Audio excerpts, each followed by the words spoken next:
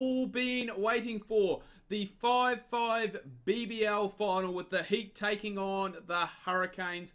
Who do you guys think will win? Let me know down below in the comments. I'll also leave a poll up in the top right hand corner. Vote either Heat or Hurricanes.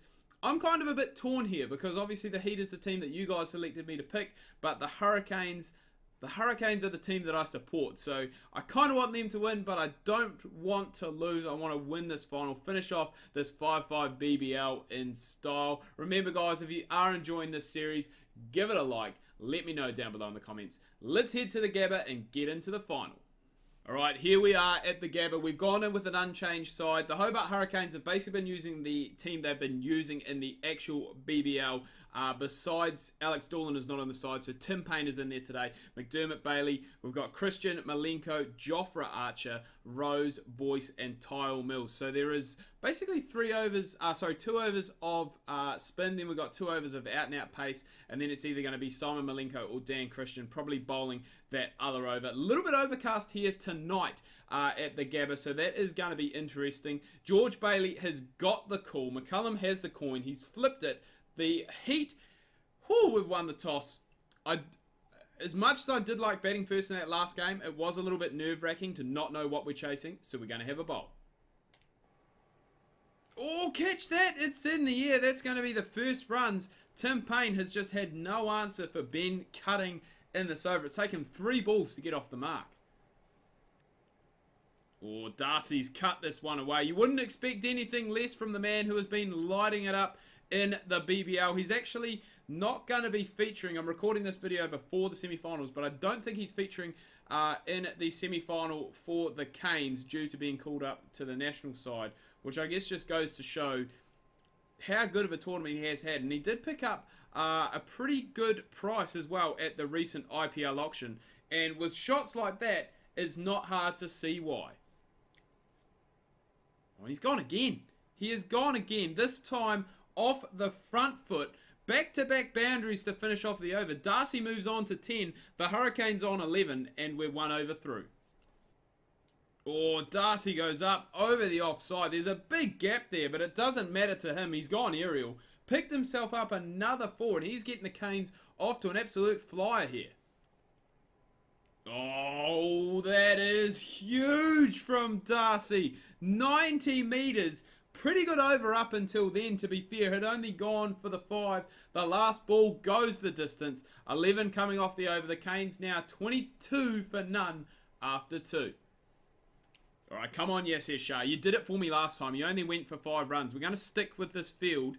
And I think, in all fairness, if we can keep Timmy Payne on strike, then we will be in a pretty good situation. I think that's just fielding. Don't think it has carried. But we're looking for a big over from our overseas pro here. Right, this is something that I don't think we have seen all season. A possible maiden. We've found the edge so many times, and it's just been either dropped or hasn't carried to the keeper and the slips. We don't get the maiden, but Yasir Shah, just the one off the over. That is absolutely incredible. Now I'm kind of thinking maybe I should have played Mitch Swepson. Oh, this one here, that might even, I was going to say, beat the man to the boundary. Darcy has just timed the absolute pants off that. On the plus side, we do get Timmy Payne back on strike. Oh, he's finally broken the shackles. It's only taken 15 balls, but Tim Payne has finally hit himself his first boundary. It's gone 99 metres, so it is quite big. And the Canes are going to need a few more of these. It's gone so high to get a decent total on the board here. Oh, this one here, big, thick, outside edge, hasn't carried. It's going to be a 1. Still a pretty good over, you'd have to say, from Cam Gannon there. Just the 9 off it. We do get Timmy Payne back on strike for the last one. Not even sure here if the Canes are going to make 50. Oh, again, another big, thick, outside edge. They're going to come back for the 2. We don't really mind that. Darcy Short has been starved of the strike in this game. He's only faced the 8 deliveries, scored 21 runs. And Tim Payne, I wouldn't say he's, in a 5-5 game he's struggling. He's 13 off 17. Any strike rate under, shouldn't really talk it up too much. I was going to say any strike rate under 100 is just not acceptable in this format. Whoa! Catch that! Man, that has gone a mile. I didn't even think Tim Payne got it that well. Did amazingly to dig it out. We'll just have a look at the replay. This was the slower in-swinging Yorker. And he's got it on the full. Nudged it away. That has gone 76 meters. That has absolutely flown off the bat. Oh, and that there is going to be 4 more. Tim Payne, he's taken his time, but he has got there. I didn't say that they were going to make 50 here, the Heat, but they have just brought up the 50 partnership. It has taken 29 deliveries. Tim Payne has finally started to get a move on here. And this is the final ball, so I don't know why I stopped talking there, to be fair. We may as well just go and play it out. Hopefully we can pick up a wicket here. We have gone wicketless today. No, maybe he's running back, but he's not going to get there. It's gone for 6.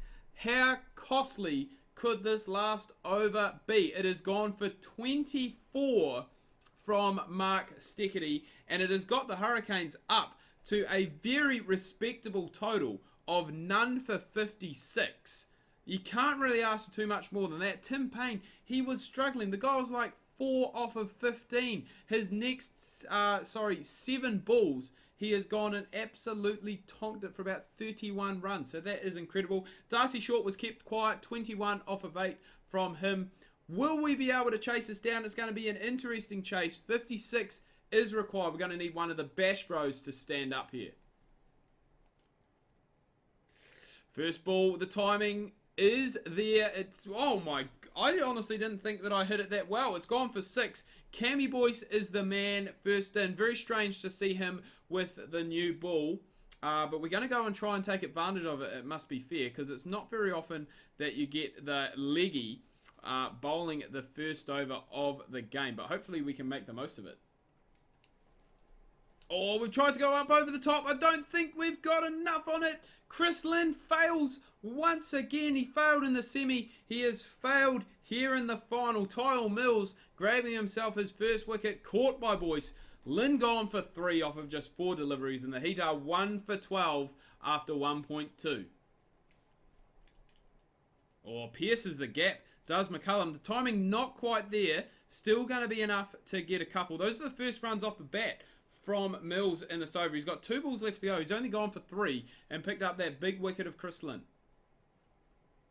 Oh, but McCullum has made him pay for straying onto the legs. It's been such a good over so far. That one's gone 87 metres, and that is much needed by the Brisbane Heat.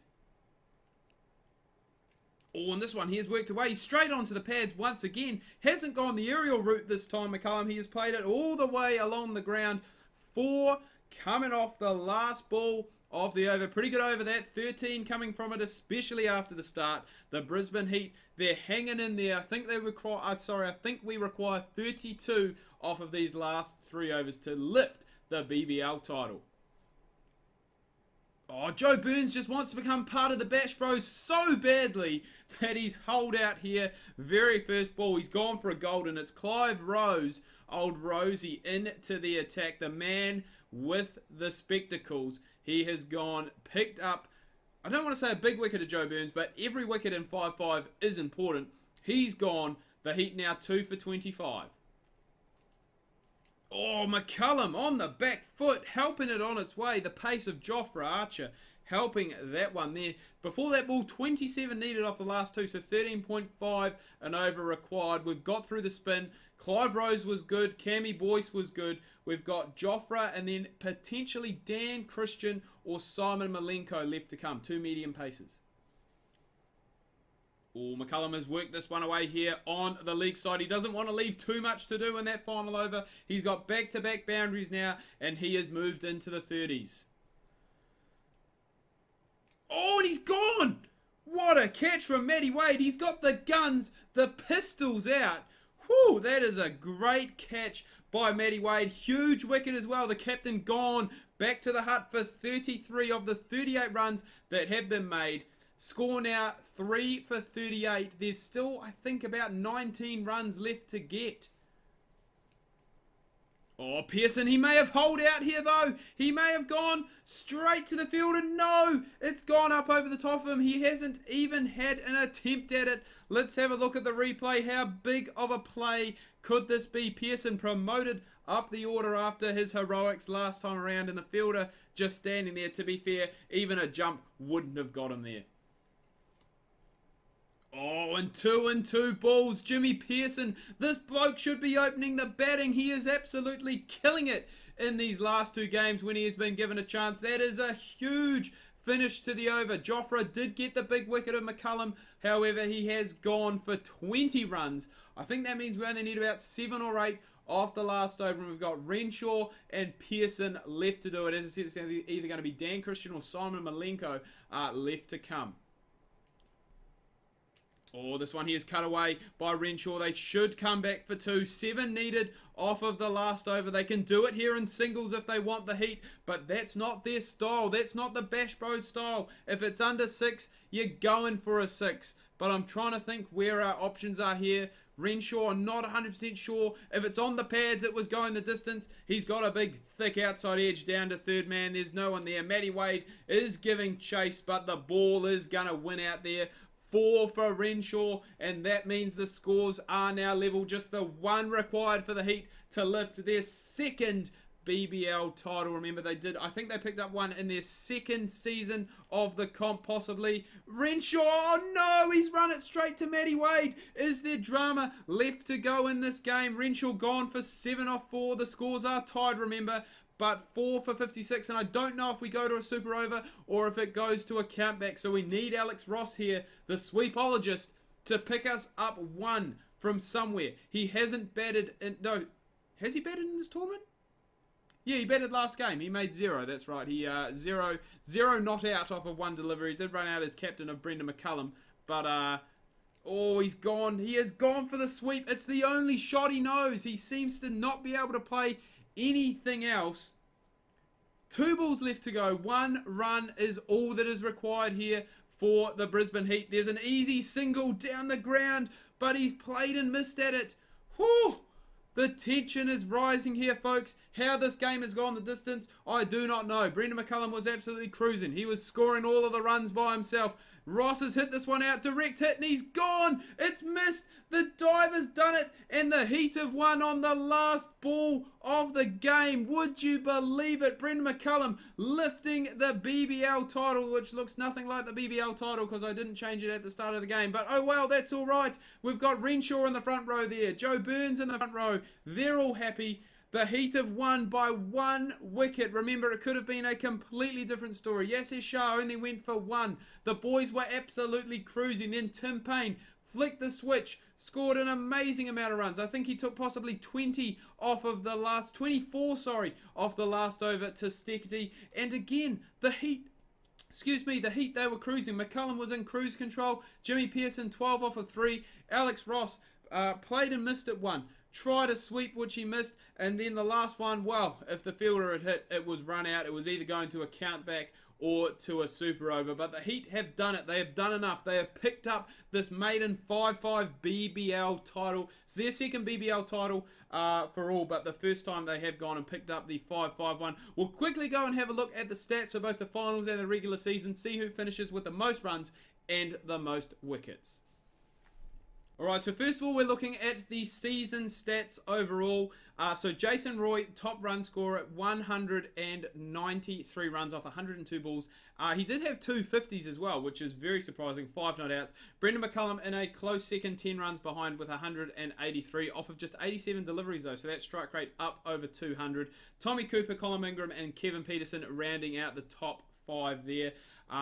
All to 5 different teams as well, which is what you like to see. And the bowling has gone to Ben Cutting in the regular season. So 8 wickets, that 3 for 5 that he had really did help. He was an absolute standout. But look at this. The top 5 is composed of 3 Heat bowlers. Mark Steketee with 5. Cam Gannon with 4. And then I was going to say there's probably no one else in there as such. Now going to move on to the finals, which was played obviously between the Renegades, the Heat, the Hurricanes and the Sixers. Now, this is going to be a little bit, I guess, out of sorts because, you know, you can't really take too much into account. Timmy Payne had a very good final series, 71 runs of just 2 matches with a high score of 36. His other score would have been 35 not out, so an average actually of infinity. Darcy Short with 49. Then we've got McCullum with 48. Jason Roy with 47. Remember, that did come off just 1 game, so that is pretty impressive. And Chris Lynn rounds out the top 5 with 23. Now, the finals, I'm not really expecting a whole lot of wickets in this department here, but Simon Malenko, 2 for 5. I think he possibly... I can't even remember if he took that against us. Clive Rose definitely did take that 1 for 5 against us, I'd say. But 3 Hurricanes bowlers as the top 3. And then, well, basically from 3 downwards is almost tied because they've all gone and taken 1 wicket, which is what you expect in 5-5 cricket, especially when you are playing in that final series and you do only get basically an over or 2 to bowl at max. But anyway, guys, this is the Heat. I don't know why I went and exited out of it there, but this is the Heat 5-5 BBL Series done and dusted. If you did enjoy it and would like to see me do it as another Big Bash team, even though the Big Bash is done and dusted, let me know down below in the comments. I will definitely be doing an IPL tournament similar to this when the IPL is on and up and running. Should hopefully be a lot of hype about that. There was last year in Don Bradman Cricket 17. But the Heat have done it. They only lost 1 game all season. They took on the Hurricanes in the final and managed to get there in an incredibly close one. But anyway, guys, as I said, do hope you've enjoyed this video and enjoyed the series. If you have, remember to give it a thumbs up, smash that like button. Remember to hit that subscribe button if you are new. Thanks for watching, and until next time, ka kite anoa, see you soon.